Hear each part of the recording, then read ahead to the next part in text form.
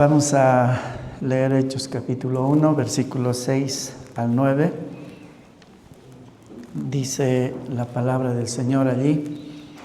Entonces los que se habían reunido le preguntaron diciendo: Señor, ¿restaurarás el reino a Israel en este tiempo? Y les dijo: no os toca a vosotros saber los tiempos y las sazones que el Padre puso en su sola potestad. Pero recibiréis poder cuando haya venido sobre vosotros el Espíritu Santo, y me seréis testigos en Jerusalén, en toda Judea, en Samaria y hasta lo último de la tierra. Y habiendo dicho estas cosas, viéndolo ellos, fue alzado y le recibió una nube que le ocultó de sus ojos. Después de que nuestro Señor Jesucristo murió en la cruz y luego resucitó, al tercer día, la Biblia dice que durante 40 días el Señor Jesús se manifestó a los apóstoles, es decir, se mostró vivo. ¿Para qué? Para que tuviesen certeza de que Él estará a partir de ese momento con ellos.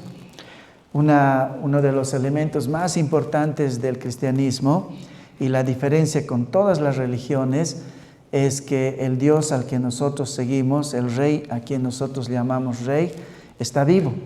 Y la razón por la que Jesús aparece durante 40 días a muchas personas, a sus discípulos, y luego a 500 personas, dice, era para establecer que Él no estaba muerto, porque eso era parte de toda la esperanza que les había dado, no antes de que Él vaya a la cruz.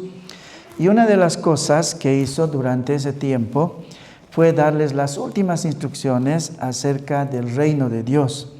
En Hechos capítulo 1, versículo 3, dice la palabra del Señor así: a quienes también, dice, es decir, está hablando de los apóstoles, después de haber padecido, dice, se presentó vivo, con muchas pruebas indubitables, apareciéndoseles durante 40 días y hablándoles, dice, acerca del reino de Dios. Una de las cosas que hace Jesús una vez que resucita es hablarles acerca del reino de Dios. Uno de los temas más importantes que les habla a ellos es acerca del reino de Dios. Era muy importante y es muy importante para el tema que vamos a hablar en esta mañana. ¿Ya? Había llegado el tiempo final. Jesús lleva a sus 11 discípulos a un lugar sumamente familiar para Jesús. Algún día habíamos hablado de eso. Este lugar se llamaba Betania. Betania era muy especial para Jesús porque era el lugar más cercano de sus mejores amigos, de la casa de sus mejores amigos, ¿no? María, Marta y Lázaro. Y fue desde ese lugar en Betania que se subió a un monte que se llama el Monte de los Olivos, y ahí el Cristo vencedor partió hacia su coronación como Rey en los lugares celestiales. La Biblia no nos dice muy claramente en los evangelios acerca de esto, pero hay muchos lugares donde se nos dice qué es lo que pasó después de la ascensión del Señor Jesús. En ese momento, cuando el Señor ascendió a los lugares celestiales, antes de que sucediera, Jesús tuvo una entrevista con sus discípulos. Y Él dice, les respondió las últimas cosas acerca del reino de Dios. Ahora, una cosa importante es que cuando nosotros vamos a morir, no vamos a hablar de cosas sin importancia.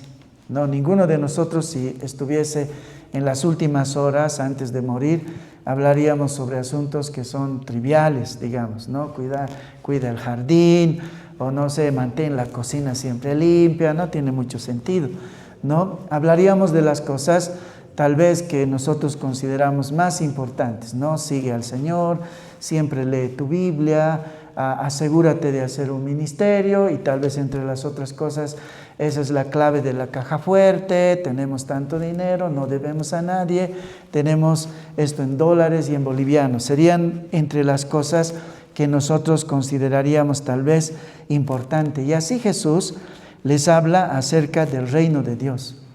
No les habla de otras cosas, sino Jesús el vencedor les habla como las últimas cosas a sus discípulos acerca del reino de Dios.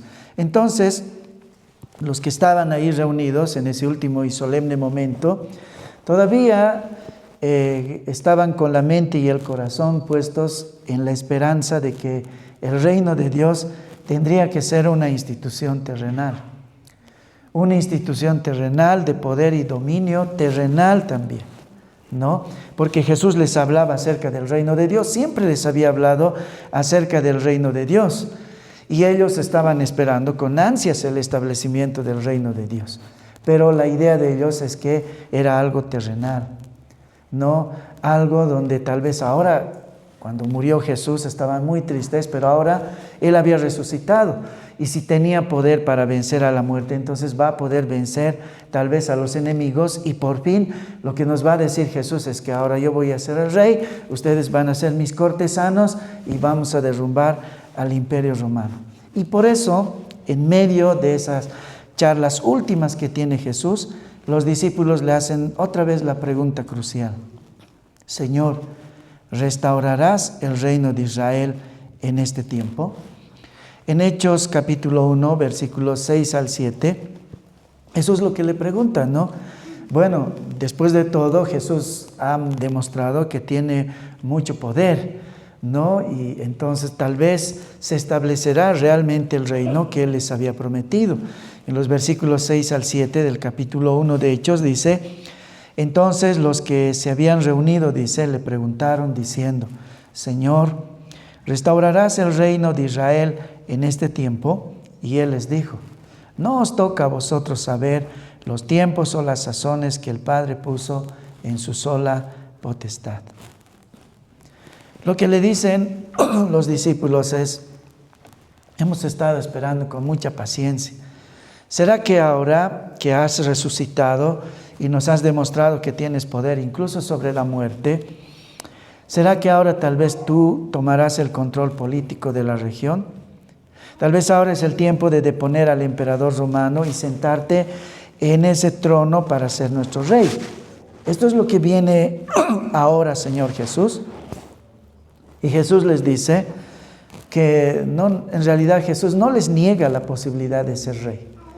No, Él no les dice, queridos discípulos, eso jamás sucederá. Mi reinado siempre va a ser algo subjetivo, algo que va a suceder en el corazón de ustedes, algo espiritual. Él no les niega que va a ser rey en algún momento. Pero lo que Jesús les dice en esos días es que el tiempo para que esto suceda no está bajo el control de Él, sino de su Padre, que es Dios. Así que Jesús no les niega, no les dice nunca seré rey. Jesús realmente reinará, pero lo que no quiere es revelarles cuándo sucederá este asunto. Ahora, ¿por qué estos discípulos fueron tan obstinados con este asunto? Tanto que aún en ese momento tan sensible como era una despedida, porque Jesús se está despidiendo de sus discípulos, todavía le hacen esta solicitud. Y es que en honor a la verdad había razones para que ellos insistan en el asunto. Jesús les había dicho algunas cosas muy intrigantes acerca de su reinado durante el tiempo de su ministerio. En Lucas, por ejemplo, 17, 20 al 21, les dice, preguntando por los fariseos, ¿cuándo había de venir el reino de Dios? Les respondió y dijo: el reino de Dios no vendrá con advertencia, ni dirán, helo aquí o helo allí, porque aquí el reino de Dios está entre vosotros. En el Monte de los Olivos, Jesús no les revela cuándo se consolidará ese reino del que les había hablado durante su ministerio. Y sin embargo, les pide que piensen y pongan su energía sobre otro asunto, para él más importante, ¿no? Mientras esperan que el Señor vuelva. Y eso es lo que les dice en Hechos 1, 8 al 9. Les dice, le dice, bueno, a ustedes no les toca saber cuándo voy a establecer el reino, pero les dice, ¿no? Recibiréis poder cuando haya venido sobre vosotros el Espíritu Santo y me seréis testigos en Jerusalén, en toda Judea, en Samaria y hasta lo último de la tierra. Y habiendo dicho estas cosas, viéndolo ellos, fue alzado y le recibió una nube que le ocultó de sus ojos. Jesús no les da una fecha para la consolidación del reino, tampoco les niega que Él nunca será rey, no, tampoco les dice Él que nunca será rey. En cambio, Jesús les dice, no en ese momento, que no sabemos cuándo sucederá, pero usa un adversativo ahí, les dice, ustedes tienen una misión para cuando suceda. ¿Y cuál era esa misión? Esa es la misión fundamental de la iglesia, ¿no? Juan Calvino entendía este pasaje de la siguiente manera. Él les dijo, dice ahí en Betania, me voy a mi coronación. Seré rey ciertamente, pero mi realeza sobre este reino no será visible todavía para todos en este mundo. Los ojos de los hombres estarán ciegos a mi realeza, pero les doy la tarea de hacer visible mi reino invisible. Tienen que testificar, dar testimonio de mi realeza. Lo que les dice, y Calvino interpreta así este versículo, es que realmente voy a reinar y el reino de Dios ya está, pero todavía no se ha consolidado. La labor de ustedes, entonces, por lo tanto, es que ustedes tienen que ir a contar a todos que el reino de Dios ya se ha establecido, ya ha llegado, aunque no se ha consolidado. De dos formas. Van a decirles a todos que el reino de Dios ya ha llegado, pero también ustedes van a vivir como si fueran verdaderos vasallos del reino. Eso es a lo que nosotros llamamos el testimonio. Nosotros tenemos que vivir como hijos del rey. No podemos vivir como hijos del diablo. Entonces esa es nuestra labor y decir a todo el mundo que el reino ya ha llegado. El versículo 8 entonces que acabamos de leer comienza con una conjunción adversativa, ¿no? Les dice, pero. No puedo decirles cuándo sucederá, pero les dice, ¿no? Al contrario, sin embargo, más bien les dice, piensen mejor en la tarea que tendrán que llevar adelante hasta que yo vuelva. Entonces la tarea principal de la iglesia es mostrar un preámbulo del reino de Dios. En otras palabras, este es el reino de Dios. La iglesia es el reino de Dios. Hace años decidimos llamar a la iglesia bíblica de Mayasilla por el lugar donde nos establecimos. Pero se llamó bíblica porque nosotros creemos que la Biblia no es el lugar de donde nosotros sacamos cualquier asunto que tiene que ver con nuestro propósito en la vida. Porque el reino ya se ha establecido y nosotros estamos viviendo el reino de Dios. Eso es lo que Jesús les dice. Entonces, en la medida de que ya está en vigencia el reino de Dios, porque nuestro Señor ya fue coronado el día que ascendió, Él reina ahora mismo en el corazón de cada uno de nosotros. Y una de las cosas que hace el Señor como reinando en nuestro corazón es llevarnos a las naciones para que nosotros podamos predicar acerca del reino, acerca de que el Rey ya es el Rey. Ahora, ¿qué significaban estas afirmaciones de Jesús? Porque seguramente muchos tenemos una confusión. Jesús ya es un rey. Y si ya es el rey, ¿cuál es el rol que tenemos como iglesia con respecto del reino de Dios? Son algunas de las preguntas que vamos a responder en este sermón que he titulado El reino de Dios y la iglesia. El reino de Dios y la iglesia. Y vamos a ver tres cosas en este sermón. Primero vamos a ver a la iglesia entre el ya y el todavía no. La iglesia entre el ya y el todavía no. Esta es una doctrina en realidad dentro de la teología sistemática, ¿no? Algunos les es difícil comprender, pero eso es lo que vamos a tratar de ver. ¿Qué significa el ya y el todavía no? ¿Qué significa dentro de nosotros como iglesia el ya, pero el todavía no? Uno de los temas fundamentales de la Biblia es que el reino de Dios no ya se ha establecido. ¿Ya? Como dice un erudito, si la Biblia tuviera que ser titulada, dice, el título más apropiado sería El libro de la venida del reino de Dios. Este autor decía, si tuviéramos que ponerle un título a la Biblia, este debería ser el título, el libro de la venida del reino de Dios, porque de eso en realidad nos habla la Biblia. Por la misma razón, cuando estudiamos los evangelios, notamos a la vista que el enfoque principal del ministerio de Cristo fue el anuncio de la venida del reino de Dios. Vamos a ver algunos versículos que Jesús dijo, ¿no?, durante su ministerio. Por ejemplo, Marcos 1:15. El tiempo se ha cumplido y el reino de Dios se ha acercado. Arrepentíos y creed en el evangelio. Mateo 3:1-2. En aquellos días vino Juan el Bautista predicando en el desierto de Judea, diciendo: arrepentíos, porque el reino de Dios se ha acercado. En Mateo 4:17 dice: desde entonces comenzó Jesús a predicar y a decir: arrepentíos, porque el reino de los cielos se ha acercado.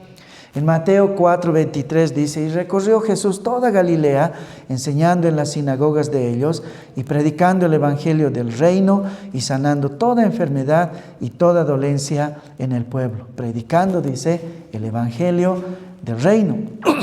Mateo 10:5-7 dice: a estos 12 envió Jesús y les dio instrucciones diciendo: por camino de gentiles no vayáis, y en ciudades samaritanos no entréis, sino id antes a las ovejas perdidas de la casa de Israel, y yendo, predicad diciendo: el reino de los cielos se ha acercado. En Lucas 4:42-43 dice: cuando ya era de día, salió y se fue a un lugar desierto, y la gente le buscaba, y llegando a donde estaba, le detenían para que no se fuera de ellos. Pero él les dijo: es necesario que también a otras ciudades anuncie el evangelio del reino de Dios. El evangelio del reino de Dios, porque para esto he sido enviado. Ahora miren lo que está diciendo. Nosotros siempre tenemos la idea de que Él vino para salvarnos, como un asunto principal, pero acá lo que está diciendo es que Él tenía que ir a anunciar a todas las ciudades para anunciar, dice, el evangelio. Evangelio son buenas noticias. ¿Qué son las buenas noticias? No, que el reino de Dios no se ha establecido, porque dice: para esto he sido enviado. Ya esa es la razón. En Lucas 10:8-9 dice: en cualquier ciudad donde entréis y os reciban, comed lo que os pongan delante, y sanad a los enfermos que en ella haya, y decidles: se ha acercado a vosotros el reino de Dios. Y así hay muchos versículos en el Nuevo Testamento que nos hablan del reino de Dios. Entonces, ¿cuán importante es el asunto del reino de Dios? ¿Ya? Incluso parece mucho más allá que la salvación de nosotros. Había asuntos que para los discípulos ahora eran bastante confusos, como seguramente lo es todavía para nosotros, ¿no?, la iglesia del Señor. Uno de esos temas que fue el más difícil de aceptar que entender fue lo concerniente al reino de Dios. Como muchos judíos, los discípulos esperaban con ansias que se establezca el señorío de Dios y con ello la liberación del pueblo. Y Jesús parecía muchas veces dar a entender que ese tiempo había llegado y que Jesús en realidad vino con ese propósito. Entonces la pregunta que retumbaba en el corazón de la mayoría del pueblo judío en el tiempo de Jesús fue: ¿cuándo enviará Jehová al Mesías para librarnos de nuestros opresores y cumplir las promesas del pacto que le dieron a nuestros padres? ¿Dónde está el cumplimiento del reino prometido? Jesús les decía, por un lado, el reino de Dios ha llegado. Entonces para ellos era: qué bueno, seguramente el Señor en un momento lo que va a hacer es ponerse en lugar del emperador. Pero nunca sucedía. Y como hemos visto varios versículos, muchas veces el Señor les decía: piensen en el reino de Dios. El reino de Dios se ha establecido. Pero para los discípulos habían preguntas serias. No entendemos. Él dice que el reino de Dios se ha establecido, pero Tiberio César sigue en la silla imperial. Pilato sigue gobernando. El templo no ha sido reconstruido en su totalidad. Cuando venga el Mesías tendría que ser reconstruido el templo. Anás y Caifás, que son unos impíos, administran el templo y Jesús lo permite. Los paganos, que son los enemigos de Israel, no han sido derrotados. El Mesías no ha aparecido de una forma tangible. Parece que es Jesús, pero a ratos parece que no. Porque el Mesías debería tener una impresión imperial, pero Jesús no parece tan imperial, es tan común. Entendemos que el Mesías debería venir con soldados, armamento, tesoros para instalar su reino. Porque esa era la imaginación de todos. Nadie estaba avistando verdaderamente la liberación nacional. Así que una de las preguntas de ellos, y con toda razón, era: ¿y cuándo sucederá? Porque Jesús les decía: el reino de Dios se ha establecido, el reino de Dios ha llegado, piensen en el reino de Dios. Y ellos le decían: ¿pero cómo va a ser el reino de Dios? No había ningún atisbo en el ambiente político de Roma de que Jesús va a reinar. Entonces, ¿qué significaban las palabras de Jesús cuando hablaba acerca de la llegada del reino de Dios? Tal vez es Juan el Bautista, porque un día Jesús dice de Juan el Bautista: no ha habido un profeta más grande, no como Juan el Bautista. Pero luego pronto ven a Juan el Bautista en la cárcel. El más grande de los profetas, como dice Jesús, había llegado a la cárcel, ¿no? Estaba confinado en una mazmorra, esperando su ejecución, porque luego al final es ejecutado. Incluso Juan el Bautista, desde su prisión, él preguntaba si Jesús era el profeta de Dios, o deberían esperar. Cuando dice eso, está diciendo: Él es el Mesías, Él es el que va a establecer el reino. En Mateo 11:2, desde la cárcel, Juan dice, ¿no? Y al oír Juan, en la cárcel, dice los Hechos de Cristo, le envió 2 de sus discípulos para preguntarle: ¿eres tú aquel que había de venir o esperaremos a otro? Cuando Juan va a la cárcel, él escucha muchas cosas que hace Jesús. Y él dice: se parece mucho a lo que dice Isaías o los profetas, pero no está estableciendo el reino. Porque según Isaías, según los profetas, él tendría que volverse un rey. Entonces manda a 2 discípulos de Juan el Bautista para preguntarle: Jesús, ¿tú eres el Mesías o tenemos que esperar a otro? Por un lado, parecía que Jesús estaba anunciando el establecimiento del reino en el presente, pero por el otro lado, parecía que más bien estaba refiriéndose a algo que va a suceder en el futuro. Sin embargo, con toda certeza, la mayoría de los discípulos y los seguidores de Jesús eran partidarios más bien de que reine ya. Nadie quería que Jesús reine más adelante, sino que reine ahora.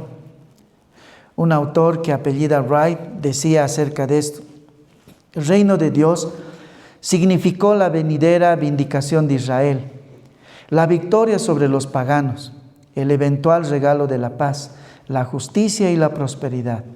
No es sorprendente que cuando apareció un profeta anunciando que este reino estaba llegando y que el Dios de Israel finalmente se estaba convirtiendo en rey, encontrara una audiencia tan entusiasta. ¿Qué quería decir Wright con esto? Probablemente muchas de las personas que siguieron a Jesús no lo siguieron tanto por el mensaje que daba Jesús o por el carisma que tenía Jesús, sino que muchos pensaron: ha llegado el rey, entonces hay que seguirlo. En algún momento va a establecer el reino. Y como algunos discípulos en algún momento incluso pelearon de dónde vamos a estar sentados cuando tú te sientes en la corte, a la derecha o a la izquierda, ¿dónde nos vas a poner? Para muchos era así, era el establecimiento del reino político. Y nosotros, la iglesia, ¿dónde quedamos? ¿Cómo debemos entender esta aparente contradicción? ¿Cómo le afecta este mensaje o cómo le beneficia también a la iglesia? Y es que acá hay un misterio, el misterio del reino. Un autor apellidado Storm lo llama así, el misterio del reino. Porque el reino, hermanos, es la clave para entender la unidad de la enseñanza de la iglesia. Estos días en la conferencia hemos hablado mucho de Jesús, que todo apunta a Jesús. Pero en realidad, encima de todo eso, hay un tema grande que abarca a Jesús como el tema principal, que es el reino de Dios. Y dentro del reino de Dios, de lo que habla la Biblia, Jesús es el protagonista principal. Por eso alguien dijo, la Biblia debería llamarse la historia acerca del reino. El reino de Dios estaba presente en la persona de Jesús, en su enseñanza, en sus obras mesiánicas. Más adelante vamos a ver cosas muy increíbles acerca de Jesús. En Jesús se cumplían todas las expectativas del Antiguo Testamento. Pero hay muchas cosas y muchos elementos que todavía van a suceder en el futuro. A eso se le llama escatología, ¿ya? Escatos en el griego significa las cosas finales y logos es el estudio y la escatología es el estudio de las cosas finales. Entonces, lo que Jesús les estaba diciendo, y para ellos era muy confuso, es que habría una doble manifestación del reino de Dios. Nosotros entendemos mejor eso, porque ahora podemos entender que hay dos venidas de Jesús. Una cuando hizo su ministerio y otra cuando va a establecer totalmente las cosas finales, cuando realmente se establezca el reino. Pero la primera vez no fue muy claro, para muchos no era claro. Era como si yo viniera y les dijera, bueno, no va a ser ni este ni este.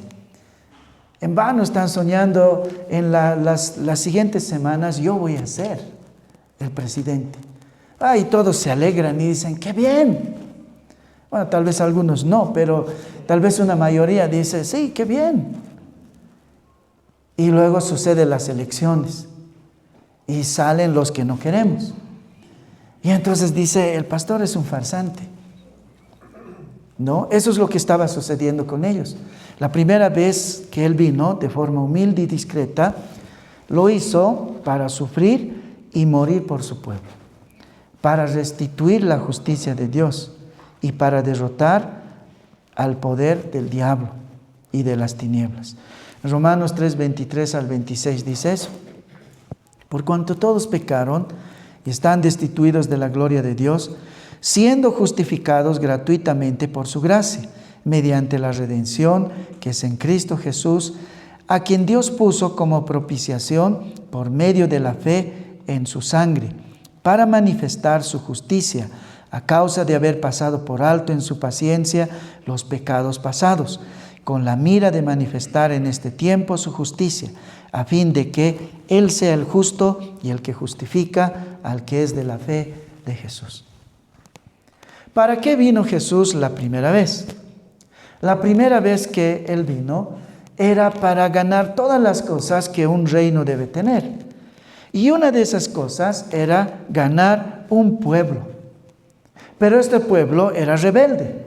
Así que tenía que ser redimido. Por eso dice el versículo, ¿no?, que tenía que suceder esto, ¿no? La gracia, dice, implantada en el pueblo para la redención del pueblo de Dios, que es en Cristo Jesús. Pero para eso el Señor tenía que ponerse como propiciación. ¿Ya? Él tenía que ponerse como el sacrificio por nosotros. ¿Para qué? Para que se manifieste la justicia de Dios. ¿Qué era la justicia de Dios? Que los pecadores tienen que pagar. Y entonces solamente así podría haber un pueblo de Dios. Así que Cristo va a la cruz y entonces sobre Él el Señor descarga toda su justicia. Él se vuelve, como dice Deuteronomio, el hijo rebelde, el maldito que es colgado en un madero. ¿Para qué? Para que Dios manifieste su justicia. Porque no puede haber en Dios, aunque eso es lo que esperan la gente del mundo, dicen, ¿cómo un Dios que dicen que es tan bueno no puede solo perdonar? Solo debería perdonar y nada más. Pero Dios es bueno, es amor, pero también es justo. Entonces no puede permitir que nosotros campeemos con nuestro pecado y Dios no haga nada. Jesús viene entonces la primera vez, según Romanos, para que se manifieste en Él la justicia de Dios. Y Él se pone como la propiciación. Él se pone ahí y entonces ahí gana un pueblo para el Señor.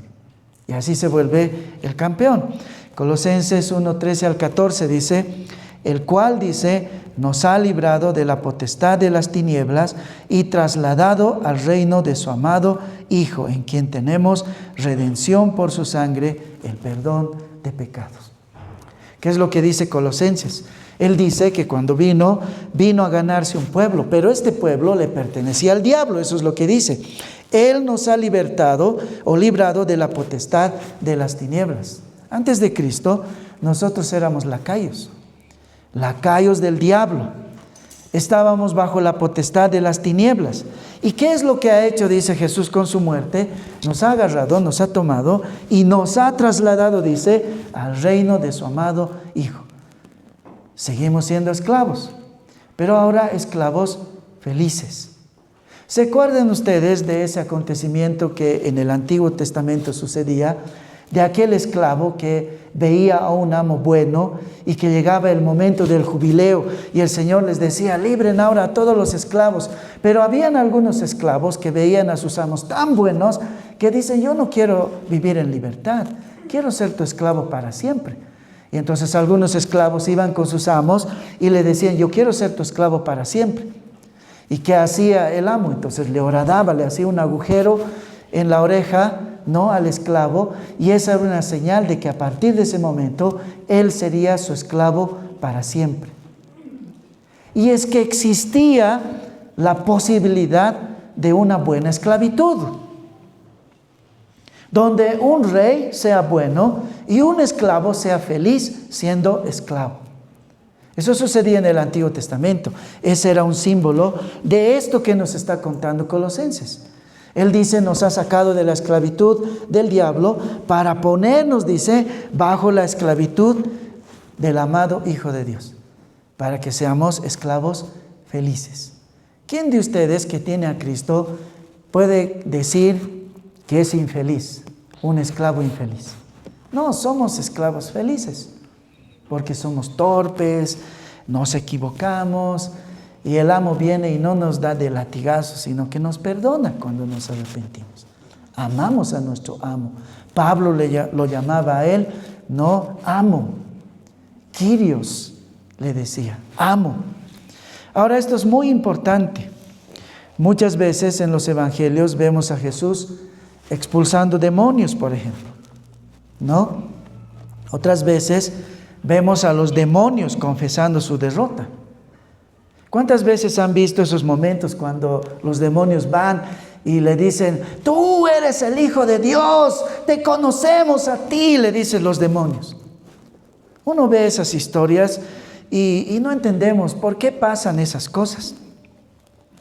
En el siglo pasado, ¿no?, a finales del siglo pasado, hubo un auge terrible de un mal entendimiento acerca de esto. Muchas iglesias entendían que todos esos eventos donde Jesús lucha con demonios era como una clase, tenía un sentido pedagógico de así deben pelear con los demonios.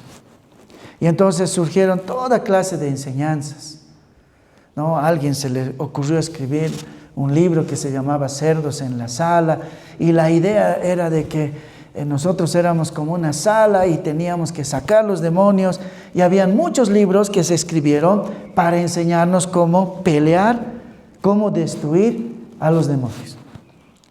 En realidad exorcismos, ¿no? Cómo dominar a los demonios. En el nombre de Jesús, te ordeno que hagas esto o aquello. Pero esa no era la razón por la que los demonios aparecen en la época del Señor Jesús. El Señor Jesús muchas veces dice, el reino de Dios ha llegado. Pero una de las promesas del reino de Dios, allá en Génesis 3:15, era que un día Él pisaría la cabeza de Satanás. En el principio de la historia de la redención, en el Edén, Dios promete que el hijo de una mujer vencería a Satanás. La razón por la que hay un movimiento tan grande de demonios durante la época de Jesús era precisamente por eso, porque ellos sabían que Jesús vino a establecer el reino de Dios, pero el reino de Dios también implicaba que Él se pondría como rey por encima de los demonios. Y esa es la razón por la que muchos demonios en algún momento confiesan y le dicen: te conocemos a ti, tú eres el Hijo de Dios, no nos hagas daño. No era una enseñanza para que nosotros aprendamos cómo botar demonios. Y si ustedes se dan cuenta, ese movimiento de demonios no aparece en el Antiguo Testamento. Pero sí cuando Jesús viene. ¿Por qué?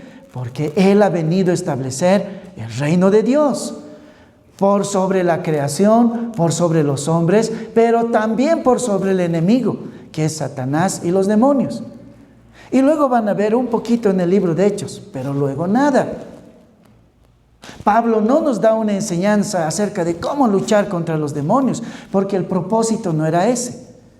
La razón por la que hay un movimiento grande de demonios cuando Jesús viene es por el hecho de que Jesús les dice: yo he venido a ser rey. Y entonces el diablo, que sabe lo que se ha escrito en Génesis 3:15, dice: ha llegado nuestra hora, ha llegado el rey.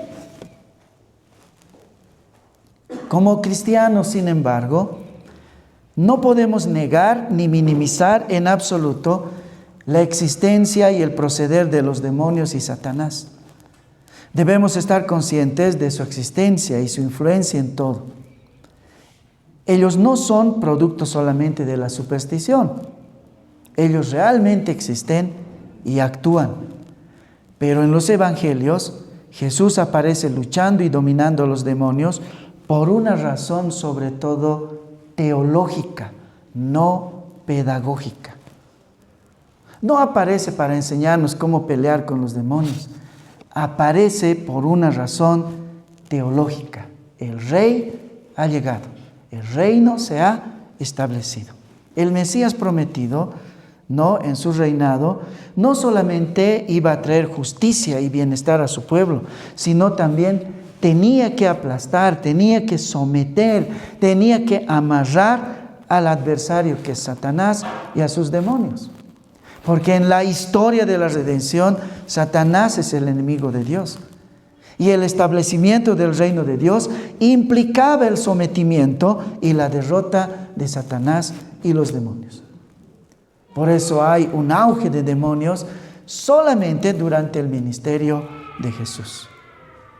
Solamente así podemos explicar algunos textos bien extraños, como Lucas 11:20, que dice: mas si por el dedo de Dios yo echo fuera a los demonios, ciertamente el reino de Dios ha llegado a vosotros. Este versículo es totalmente aclaratorio. ¿Qué es lo que está diciendo aquí? Si yo por el dedo de Dios echo fuera a los demonios, esto es señal de una cosa: ciertamente el reino de Dios ha llegado a vosotros. O sea, la razón que le está dando acá Jesús a la expulsión de demonios no era una demostración de cómo hay que hacer contra los demonios. Era una demostración de que el reino de Dios ha llegado, de que el rey ha venido para pisar la cabeza de Satanás. Mas si por el dedo de Dios yo echo fuera a los demonios, ciertamente esto tiene una razón: el reino de Dios ha llegado a vosotros. Si yo estoy derrotando al adversario, que es el significado del nombre Satanás, entonces yo soy el Mesías. Eso es lo que está diciendo. Si yo estoy derrotando a los demonios, a Satanás, al adversario, yo soy el rey prometido. Y luego más adelante en 1 de Juan 3:8 dice: para esto apareció el Hijo de Dios, para deshacer las obras del diablo. Toda esa demonología que irrumpe durante el ministerio del Señor Jesús tiene que ver con eso. Jesús ha venido y claro, están conmocionados. Los demonios están conmocionados. El tiempo ha llegado. Jesús va a establecer el reino. La palabra deshacer en el griego es luo, que significa desmontar, desarmar, destruir, desbaratar. Para esto apareció el Hijo de Dios, para desmontar, para desarmar, para destruir, para romper, para desbaratar las obras del diablo. Así, Él vino la primera vez para hacer la obra de salvación, pero también para someter al diablo. Pero todavía no vino para ser coronado como rey. Así que escapa de cualquier intención de que lo quieran hacer rey, porque hubo momentos en los que ellos dijeron, wow, verdaderamente es un rey, especialmente cuando Él les dio de comer con unos cuantos panes y peces. Ellos dijeron, ¿quién puede ser como este rey que puede dar de comer a todos y todavía puede sobrar? Así que cuando Él hace el milagro de los panes y los peces, muchos dicen, es el verdadero rey, lo pondremos en el trono. En Juan 6:15 dice, pero entendiendo Jesús que iban a venir para apoderarse de Él y hacerle rey, volvió a retirarse al monte Él solo, porque no había llegado todavía su hora, porque Él no quería ser el rey todavía en la tierra.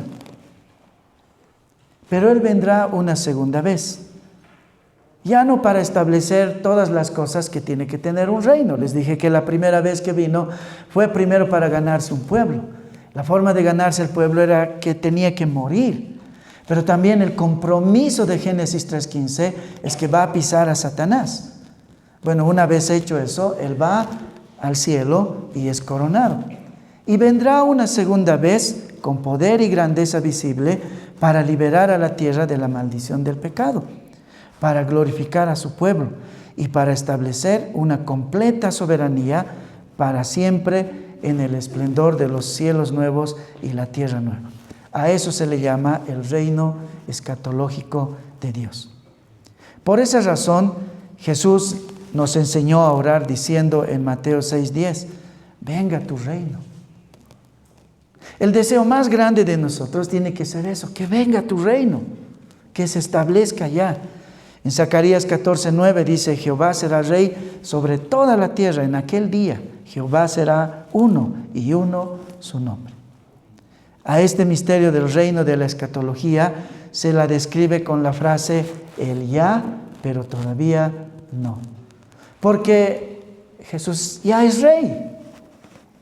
Nosotros somos sus esclavos, pero todavía no, porque todavía no se ha sentado en el trono para consolidar su reinado. Jesús ya es rey, como veremos en el siguiente punto. Muchos aspectos de su reinado ya se han establecido, pero a la misma vez el reino de Dios es la meta escatológica, la meta en el futuro de la historia de Dios. En la segunda venida de Cristo se consolidará de forma absoluta la derrota de todos los enemigos de Dios y la salvación final de su pueblo. La posición histórica entonces de la iglesia, de nuestra iglesia y de todas las iglesias, está entre las dos venidas, entre la primera y la segunda venida. Estamos en ese lugar. ¿Dónde estamos en este momento? En el medio, entre la primera y la segunda venida, entre el ya, pero todavía no. Disfrutando por un lado de los beneficios de su reinado presente. No, ya podemos gozar de Dios, ya podemos ver la Biblia de manera diferente. ¿Cuántos de ustedes han luchado por leer alguna vez la Biblia? Yo sé que muchos. En una época yo iba a una iglesia y yo intentaba leer la Biblia. El método Billy Graham, el método Visión Mundial, el método Sociedades Bíblicas, el método en 30 días, el método en 60 días, el método en un año, todos los métodos, y siempre llegaba a números. Y luego saltaba a Apocalipsis porque es fantástico, no se entiende nada, pero es fantástico. Hay muchas langostas, cuerdas y cosas que no se entienden. Pero para muchos, luego la Biblia es comida, es deleite, es una ventana donde se ve todas esas cosas que antes no se pueden ver.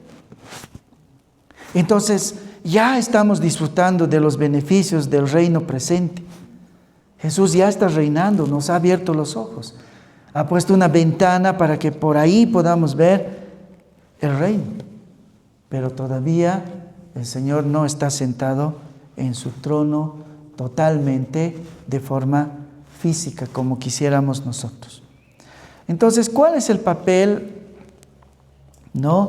en este tiempo de la iglesia? Porque estamos hablando de la iglesia, ¿Cuál es el papel fundamental de la iglesia con respecto del reino de Dios en este tiempo? Una pregunta que quiero responder antes de hablar del rol de la iglesia en este tiempo es: ¿cómo sucedió la transición de hablar del reino de Dios para Israel al reino de Dios para la iglesia? Porque se habla en un momento del reino de Dios con respecto de Israel y luego se habla del reino de Dios con respecto de la iglesia. En el Antiguo Testamento, todos los profetas predicaron contra el pecado de Israel. Los profetas vieron a todo el pueblo de Dios como desobediente y les proclamaron los profetas el juicio de Dios. Pero en medio de tal predicación, siempre hablaron y percibieron en medio de la nación incrédula un remanente de creyentes, una manada pequeña, un rebaño pequeño que sería el objeto del amor y el cuidado de Dios. En el Antiguo Testamento, Dios siempre hablaba de algo pequeño, un pequeño remanente, especialmente los profetas. Este remanente creyente, donde quiera que aparezca, por grande o pequeño que sea, ese es el verdadero pueblo de Dios. Dios siempre ha sido como el pastor de la manada pequeña.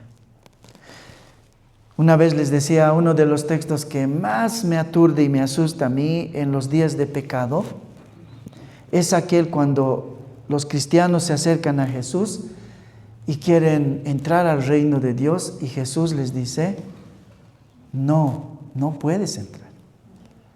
Y en el griego la palabra muchos es enfática, porque ahí no está Hitler tratando de entrar, no están paganos tratando de entrar en Mateo 7, sino personas que creen que son cristianos. Y el adverbio que usa es muchos. Muchos me dirán ese día: Señor, Señor, en tu nombre hemos hecho esto, en tu nombre hemos predicado, en tu nombre hemos hecho. Y yo les diré: apártense de mí, malditos, nunca os conocí. Les decía que en los días de pecado, porque todos tenemos ese nuestro tiempo difícil, que estamos en pecado, yo tengo mucho temor de ese texto, porque no está hablando allá de paganos, está hablando de cristianos o de creyentes que creen que son cristianos. Y no son pocos, son muchos. Muchos me dirán en ese día: yo hice esto en tu nombre, pero yo les diré: malditos, apártense de mí, nunca los conocí. No les dice: un día ustedes perdieron la salvación, ustedes eran mis amigos, pero luego ya no. Él les dice: nunca los conocí. Pero también dice que son muchos. El tema del remanente es un asunto que tiene que traernos temor, porque Dios siempre se muestra en la Biblia como el pastor de la manada pequeña.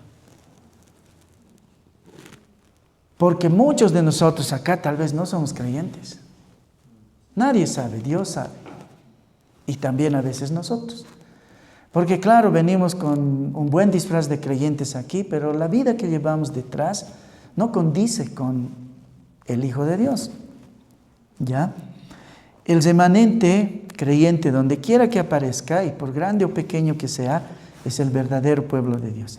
Esta realidad es la que más tarde expresa Jesús en el Evangelio de Lucas, cuando dice en Lucas 12:32: no temáis, manada pequeña, porque a vuestro Padre le ha placido daros el reino.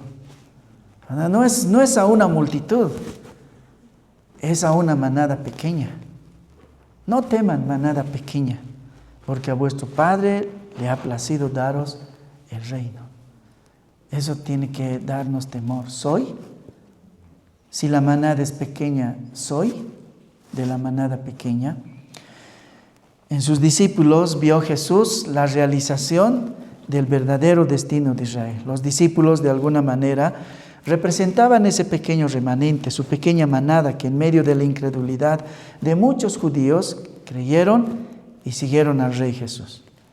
Pero Dios, en su plan, no solamente tenía en mente a los judíos, sino también al resto de las naciones. Y tampoco en ese gentío mundial todos creerían, sino que en medio de ellos también tendría Él su pequeña manada, su remanente. Juan 10:16 dice: también tengo otras ovejas que no son de este redil, aquellas también debo traer, y oirán mi voz, y habrá un rebaño y un pastor. Cuando está con sus discípulos les dice: ustedes son mi manada pequeña. Entre tantos que no creen y no les intereso yo, porque eso dice Juan, ¿no? 1:12, que Él vino pero no lo recibieron. Los discípulos lo recibieron y esa era su manada pequeña. Y Él les dice: bueno, ustedes son mis ovejas, pero tengo también otras ovejas que tengo que traer. Y estaba hablando de las ovejas de las naciones. Y entonces solamente serán un solo rebaño y un solo pastor, judíos y gentiles. Ahora ellos no deben ser vistos como un nuevo Israel, sino más bien como el verdadero Israel, la manada pequeña. Por lo tanto, la iglesia del Nuevo Testamento no es una creación con un propósito completamente distinto, ni nuevo con respecto de Dios del Antiguo Testamento, o un reemplazo de ellos, no. Es como dice ese día a sus discípulos, es no sé cómo decir esta palabra, no se dice completación, la complementación. Pequeña manada, tengo todavía otras ovejas, voy a complementarlos con ellos. Eso es lo que dice, para que haya un solo rebaño y un solo pastor. Esa es la razón por la que nosotros no debemos confundirnos con el tema de Israel. Yo sé que muchos de ustedes luchan con el tema de Israel. No, porque venimos de una tradición donde se nos ha enseñado que Israel es la niña de los ojos de Dios, pero Israel era el denominativo que Dios le daba a su pequeña manada, al remanente. No, la iglesia de la era presente es simplemente la continuación del remanente del Antiguo Testamento. Una aclaración más antes de hablar del rol de la iglesia con respecto del reino. En Hechos 7:38 se señala la iglesia del desierto, o la iglesia en el desierto, que se refiere, claro, al Israel del Antiguo Testamento. Pero a pesar de que la palabra eclesía aparece ahí, ¿no? En la Septuaginta, y no solamente ahí, sino que 86 veces en el Antiguo Testamento aparece la palabra eclesía, que viene de dos palabras griegas, ¿no? Una preposición que se dice ek, que significa salir de o sacar de, y kaleos, que significa congregación, es la congregación que sale de un lugar.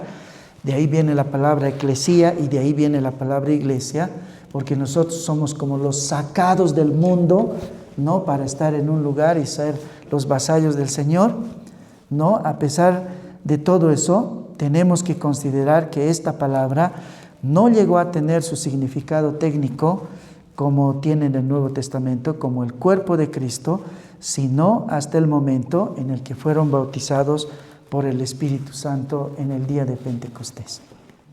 Y a partir de ahí se le llama eclesía, pero la palabra eclesía aparece en el Antiguo Testamento también. Fue ese día que se dio el nacimiento histórico, vamos a decir, de la iglesia, ¿no? Pero el concepto ya estaba desde el Antiguo Testamento. Entonces, hablamos de Israel y de la iglesia. Dos títulos para un mismo pueblo. Una parte en el Antiguo Testamento y otra en el Nuevo Testamento. Pero un único pueblo remanente. Un solo remanente entre los dos testamentos. Entonces, el reino de Dios ya no está activo en el mundo a través de Israel. Ahora más bien a través de la iglesia. Eso quería decir. Y como dijimos al comienzo de este estudio, Dios desea que la iglesia en este tiempo haga visible el reino de Cristo en las naciones. ¿Por qué? ¿Por qué la iglesia debe hacer visible a Jesús como Rey? ¿Acaso Cristo ya está reinando? Cuando comenzamos este estudio, comenzamos con la ascensión de Jesús. Ahora vamos a volver otra vez ahí, al Monte de los Olivos. Los discípulos están frente a una escena sumamente maravillosa. Ellos le preguntan y le dicen, ¿cuándo se va a establecer el reino de Dios? Jesús no les responde. No les responde la pregunta acerca del tiempo en el que se establecerá el reino. Les da más bien un encargo.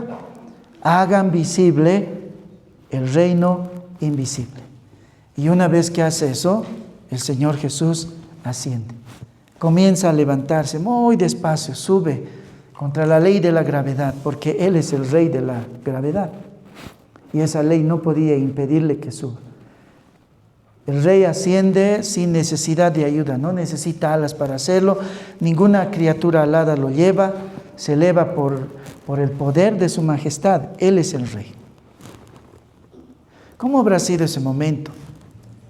¿No? Realmente tendríamos que usar toda nuestra imaginería para ver cómo sería ese momento. Conociendo mi carácter, yo hubiese estado llorando. Anoche estaba abrazando a 2 hermanos que se van, ¿no? Y bueno, nadie vio, pero yo siempre lloro cuando alguien se va, no me gustan los cambios. Ya me acostumbré a algunos hermanos que han estado por la conferencia con nosotros. Y yo me imagino que si hubiese sido testigo de esto, hubiese sido uno de los que está llorando porque ante mis ojos el rey se va, ¿no? Y seguramente ante los ojos llorosos de algunos, ¿no? Cristo se levanta, vencedor, majestuoso, poderoso. Ante los ojos atónitos y con lágrimas de algunos, Él se levanta por sobre las nubes. Y luego unas nubes les quitan la siguiente visión que ellos no ven, pero sí la Biblia nos explica qué pasó. Porque luego de que Él se fue flotando, ascendiendo, Él fue a su coronación. Él fue a su trono a sentarse. La nube esconde toda escena y entonces ocurre uno de los eventos más extraordinarios que sucede en los lugares celestiales, la coronación del Rey. A ese evento apunta el Salmo 24. Este salmo, que por muchos es llamado como el Salmo de la Ascensión, nos revela qué pasó después de que ellos vieron desaparecer a Jesús. El Salmo 24, 7 dice: alzad, oh puertas, vuestras cabezas, alzaos vosotras puertas eternas, y entrará el Rey de gloria. Después de que Él fue ascendido y las nubes taparon, los cielos festejaron el asunto.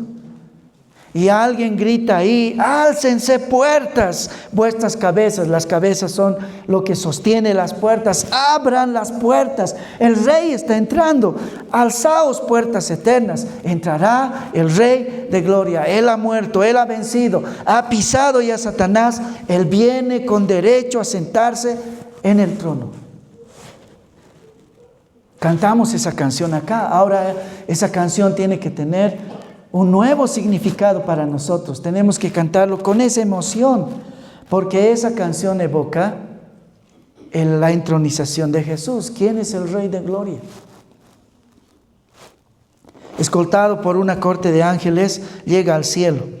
Y cuando llega a las puertas del cielo, las criaturas celestiales que lo acompañan comienzan a gritar un cántico celestial potente: levántense puertas eternas, puertas inanimadas, ábranse, denles las reverencias y honren al magnífico y augusto príncipe. El Rey ha llegado. Entonces los centinelas que guardan la entrada hacen una pregunta llena de significado en el versículo 8. ¿Quién es este Rey de gloria? Y así se llama nuestra canción.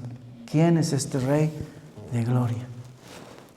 Charles Spurgeon dice acerca de este momento: esta era una pregunta llena de significado. y digna de ser meditada por toda la eternidad. ¿Quién es en su persona, su naturaleza, carácter, oficio y misión? ¿Cuál es su linaje? ¿Cuál es su rango y raza? ¿Quién es el Rey de Gloria? La respuesta de la comitiva, acompañada seguramente de un imponente trasfondo musical, responde, y eso dice el Salmo: Jehová el fuerte y valiente, Jehová el poderoso en batalla. ¿Cuál batalla? La batalla de la cruz, la batalla con los demonios, la batalla contra Satanás. Él ha vencido. San Agustín de Hipona comentaba al respecto: es el Señor fuerte y poderoso, aquel a quien un día tratasteis como débil y oprimido. ¿Acaso no veis sus heridas? Tocadlas y veréis que están curadas y que su entonces aparente debilidad mortal se ha transformado en inmortalidad. Cuando el Señor entabló combate con la muerte, la debilidad propia de la condición humana quedó extinguida por su poder glorioso. ¿Cómo podríamos describir de una forma certera la coronación del Rey? No podemos. Solamente podemos estar seguros de que sin duda fue un evento supremamente magnífico. Así entró a su palacio el vencedor, el héroe poderoso que fue coronado para siempre como el Rey de Reyes y el Señor de Señores. Peleó contra la muerte cara a cara e irónicamente en una cruz mató a la muerte con su muerte. Él mató a la muerte con su muerte. Luego de resucitar, cabalgó triunfante a través de las puertas eternas. Entró con los agujeros en las manos y los pies, con el hueco en el costado, pero glorioso, triunfante y resplandeciente, como solo el Rey Jesús puede resplandecer de realeza. Jacques Nouet se llamaba un escritor de los 1600. Él dijo: el que fue como un gusano cuando nació, un cordero en su pasión y un león en su resurrección, asciende ahora como águila a los cielos y nos anima a seguirle hasta allí. La Jerusalén celestial recibe a su legítimo rey, la iglesia a su sumo sacerdote, la casa de Dios a su heredero, la creación entera recibe a su rey. Como dice el credo de los apóstoles, subió a los cielos y está sentado a la derecha del Dios Padre Todopoderoso. Entonces, ¿es rey? Sí, es rey. Por eso Jesús les dijo: el reino de Dios se ha acercado, el reino de Dios ha llegado. Desde allí reina. Y la iglesia está llamada en este tiempo a hacer visible el reinado de este rey. ¿Qué es lo que vamos a hacer? Tenemos que ir. Tenemos que llevar las buenas noticias y decir: el reino de Dios se ha establecido. Pero no solo eso, tenemos que vivir como vasallos del rey. Nuestra vida tiene que mostrar que somos vasallos. Finalmente vamos a ver el reino de Dios, la iglesia y el evangelio. El reino de Dios, la iglesia y el evangelio. Hermanos, la Biblia es como un rompecabezas acerca del reino de Dios, que comienza a mostrarnos unas piezas en el Antiguo Testamento y nos muestra la imagen final en el Nuevo Testamento. La conclusión y la imagen final, después de conectar todas las piezas, muestran a una sola persona: Jesús. Todas esas cosas que vemos en el Antiguo Testamento, desde el jardín del Edén, la construcción del tabernáculo, la construcción del templo, toda esa imaginería que hay en el templo, fuentes, panes, candelabros, luces, sacrificios, todas esas cosas del Antiguo Testamento solo apuntaban a una sola persona: Jesús. La imagen final, después de conectar todas las piezas, muestran a Jesús. Graham Goldsworthy decía: para ver el reino de Dios debemos ver a Cristo. La Biblia nos muestra al final a Jesús. Él es todo. Todo lo que un reino necesita es Jesús. Por ejemplo, en el Antiguo Testamento, habla de Jesús como el verdadero pueblo de Dios. Sí, Jesús es el verdadero pueblo de Dios. Pero entonces nos preguntamos, ¿y nosotros? Nosotros los que estamos en Cristo.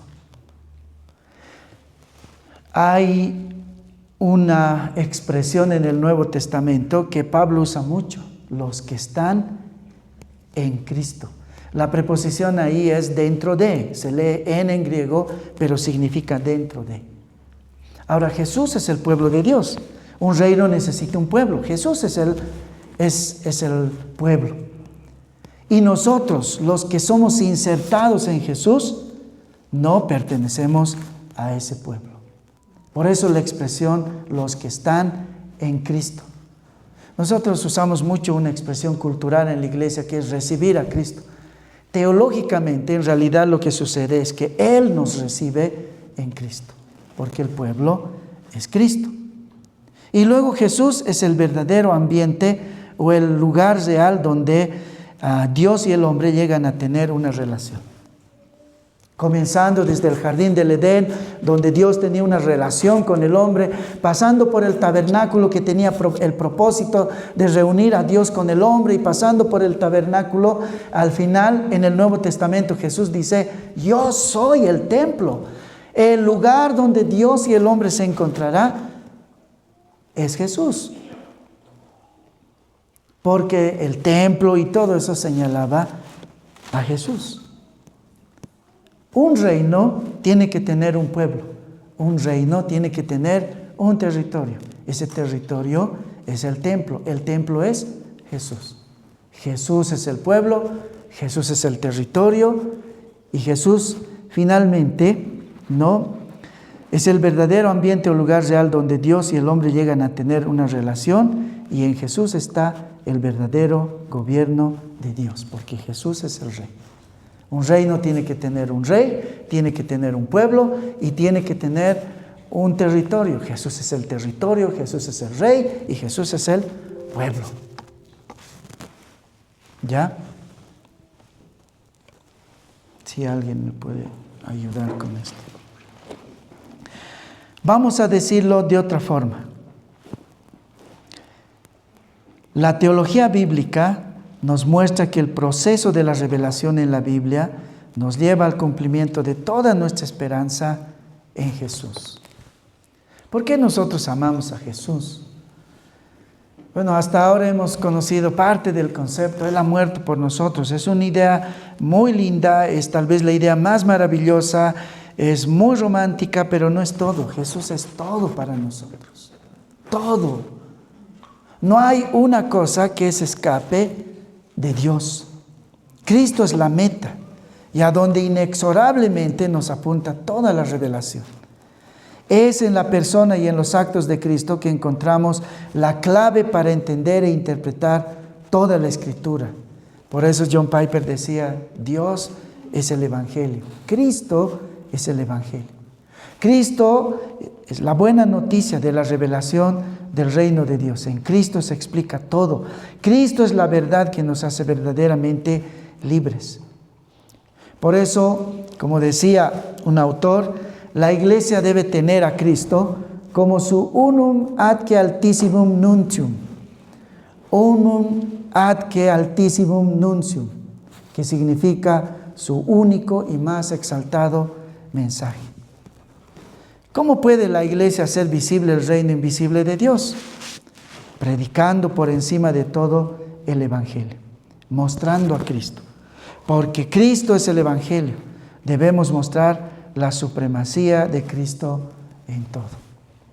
Nosotros vamos y decimos el reino de Dios se ha establecido. Y cada decisión que nosotros tomamos, lo tomamos en torno a Cristo. ¿Con quién me casaré? No es ella es muy linda o él es muy lindo. Él tiene mucho dinero o no tiene mucho dinero. Es ¿cómo puedo exaltar a Cristo tomando esta decisión? ¿Qué estudiaré? Por Cristo lo haré. ¿A qué hora llegaré al servicio dominical? Por Cristo lo haré. Si Cristo me importa, estaré desde temprano. Si Cristo no me importa, llegaré al final. ¿Cuánto daré para el reino de Dios? Si Cristo me importa, tendrá un efecto. ¿Vengo o no vengo a la iglesia? Cristo es la meta de todo. La meta inexorable de todo lo que nosotros como iglesia tenemos que hacer es exaltar a Cristo, porque Cristo es el Evangelio. Debemos mostrar la supremacía de Cristo en todo. Como dijo un predicador, el mejor regalo del Evangelio no es el perdón de nuestros pecados. El mejor regalo del Evangelio no es la justicia imputada de Cristo. El mejor regalo de Cristo no es ni siquiera la vida eterna. El mejor regalo del Evangelio es poder ver y saborear la supremacía de Cristo. Sí, ahora podemos ver a Jesús, claro. Él es todo. Él vale en todos los aspectos de nuestra vida. Ahora sí podemos apreciar a Jesús tal cual es, relevante, trascendente, más importante que nuestra vida misma. La diferencia entre un cristiano y un no cristiano no es lo que hace, no es a dónde va, no es cómo usa su tiempo, sino cuánto vale para él Cristo. Y esas son las cosas que van a definir el resto de las cosas que hace. Estudia porque eso puede engrandecer el nombre de Cristo. Se casa con alguien porque tal vez así va a engrandecer el nombre de Cristo. Hace un ministerio por causa de Cristo. Entrega su vida por causa de Cristo. Pone en orden su horario, sus prioridades y todas las cosas, porque el hombre de Dios puede saborear y ver en su verdadera dimensión la supremacía de Cristo. Ese es el Evangelio. El Evangelio tiene la capacidad de hacernos ver a Jesús como es, supremo. La santa ambición entonces de la iglesia, el anhelo más preciado de la iglesia, su esposa, es poder ver consolidado un día el reino misericordioso y magnífico de Cristo sobre toda lengua, etnia y nación. Nosotros somos la iglesia. Nosotros seremos los testigos eternos de la supremacía de Cristo sobre todas las naciones, sobre su iglesia. Jesús partió a su palacio encargándoles la gran comisión con estas palabras. Jesús les dijo: toda potestad me es dada en el cielo y en la tierra. Ahora vayan. Solo el Rey Jesús tiene toda esa potestad. La buena noticia es que ese Rey cuyo gobierno trasciende los cielos y la tierra es quien asiste a su iglesia. Cuando vamos sin temor de predicar a las naciones, porque Él dice que Él estará con nosotros, porque no solo ha resucitado, sino que es Rey. Diocleciano acuñó una moneda que todavía se conserva con la inscripción que dice extinto nomini Christianorum, que significa extinto el nombre de los cristianos. En España hay un monumento romano erigido en el pasado en honor a Diocleciano con esta inscripción: a Diocleciano, Joviano, Maximiano, Herculeo, César Augusto, por haber extendido el imperio romano en el este y en el oeste, y por haber extinguido el nombre de los cristianos que trajo la ruina a la república. A Diocleciano, Joviano, Maximiano, Herculeo, César Augusto, por haber adoptado a Galerio en el este, por haber abolido por todas partes la superstición de Cristo, por haber extendido el culto a los dioses. Eso dice la inscripción a Diocleciano. Diocleciano está muerto. Su estatua está a punto de pulverizarse. Y esas piedras viejas que muestran esa inscripción están abandonadas. Pero el cristianismo está vivo. El reino de Dios está vivo. El Rey está vivo. La iglesia que supuestamente logró eliminar Diocleciano o quiso matar, no tiene tumba conocida. Porque como dijo una vez Henry Eliot, porque tal tumba no existe, porque los vivos no pueden tener tumba. El Rey está vivo. A 18 años de cumplir en nuestra iglesia, ese es nuestro llamado. Ahora somos como los adultos, 18 años es como el comienzo de edad madura. Entonces también tiene que haber una madurez en nuestra teología. Y nuestra teología se resume en un solo hombre, en un solo nombre. Jesús, el Rey Supremo. Vamos a orar. Señor, te damos gracias por el Rey y por haber establecido tu reino. Te damos gracias porque tú nos has hecho parte de ese reino, Señor. ¡Qué privilegio! Porque sabemos que nadie puede postularse a ese reino solo porque quiere, porque nadie quiere. Tú nos has convencido, Señor, para pertenecer a ese reino. Tú nos has dado el privilegio de ser vasallos en ese reino. El reino de Dios ha llegado. Y realmente queremos rogarte, Señor, que tú abras nuestra visión, una visión grande hacia Jesús. Que tú realmente nos puedas permitir saborear a Jesús. Como leímos acerca de lo que dijo este predicador, el mejor regalo del Evangelio no es nuestra salvación. El mejor regalo del Rey del Evangelio no es el perdón de nuestros pecados. El mejor regalo del Evangelio no es la justicia imputada de Cristo. El mejor regalo de Cristo no es la vida eterna. El mejor regalo del Evangelio es poder ver y saborear la supremacía de Cristo.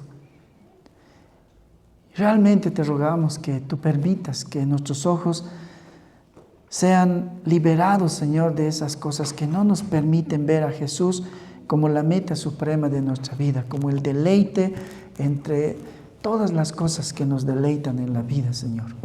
Oh Dios, que así sea, que el Rey sea mostrado en nuestra iglesia, sea mostrado también en nuestra vida. En el nombre de Jesús. Amén.